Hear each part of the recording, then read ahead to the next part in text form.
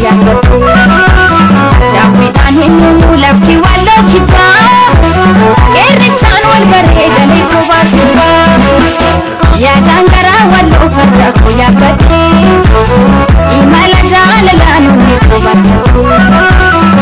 fini rakae gahe kiba walo dasita sega na tiko tumalo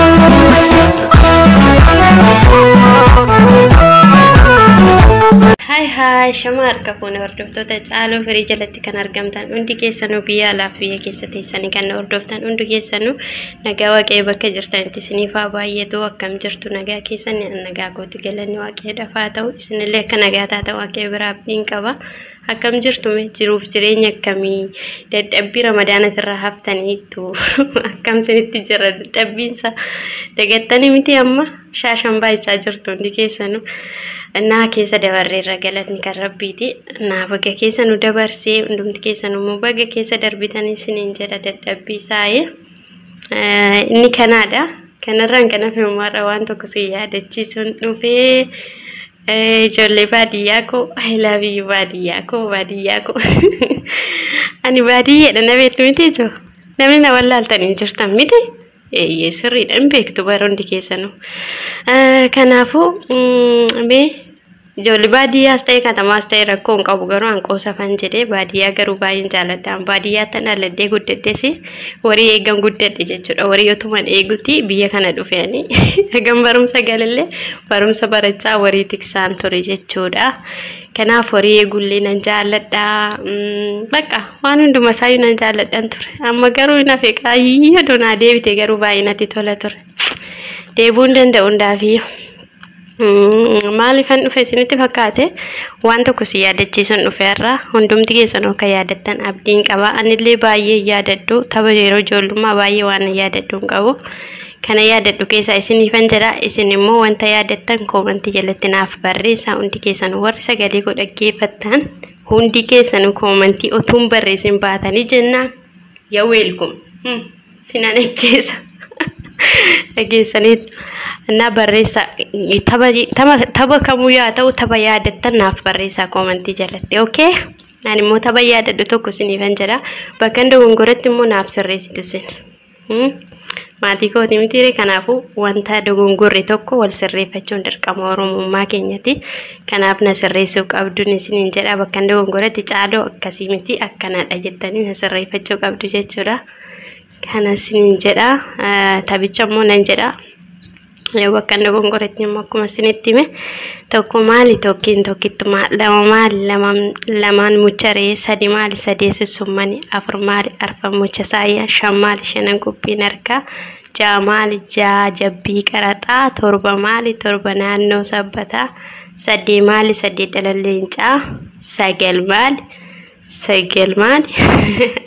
sagal yaa'ii booranaa kudhan maali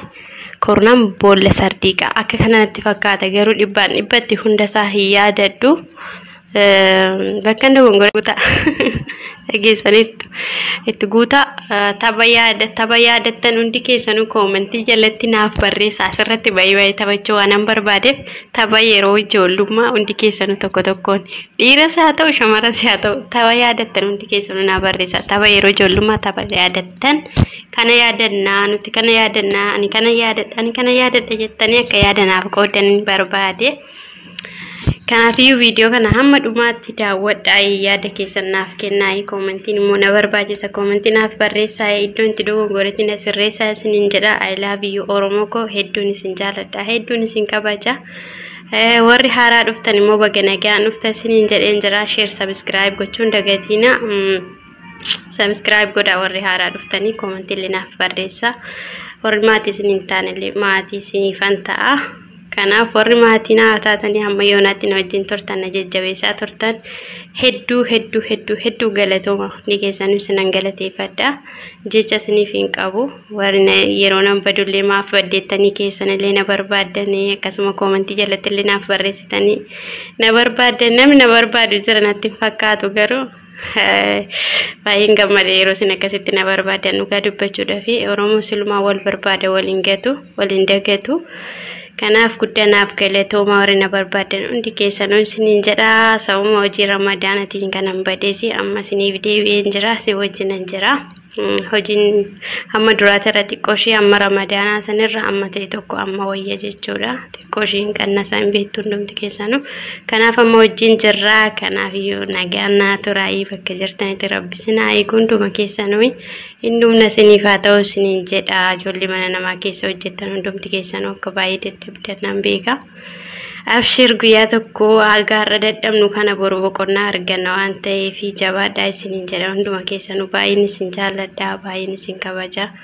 nagaan naa turaayii turtii gaarii naaf qabaadhaa koomentii babbareedaa akkana barreessitan waan dagadhe hundasaa akkana yaadachiistan abdiin sinirraa qaba meeqa kamtu yaadata tapha ijoollummaa kan jedhu yaadatan kanarra viidiyoo kana hojjedhe meeqan kamtu yaadata maal faa yaadattu jechuun nan irraa fadhe ofii kiyya hunda isaa waan ta'eef isaan biraan ga'ee immoo hordoftoonni koo meeqatu yaadata tapha ijoollummaa kan jedhu yaadatan kanarratti hundaa'een hojjedhe jechuudha kanaaf waan yaadattan hundi keessanuu koomentii jalatti naaf barreessaa isiniin jedha nagaan naa turaayii turtii gaarii naaf qabaadhaa waan na daawwattaniif hamma dhumaa waan dhaggeeffattaniif guddaa galatoomaa isiniin jedha bye bye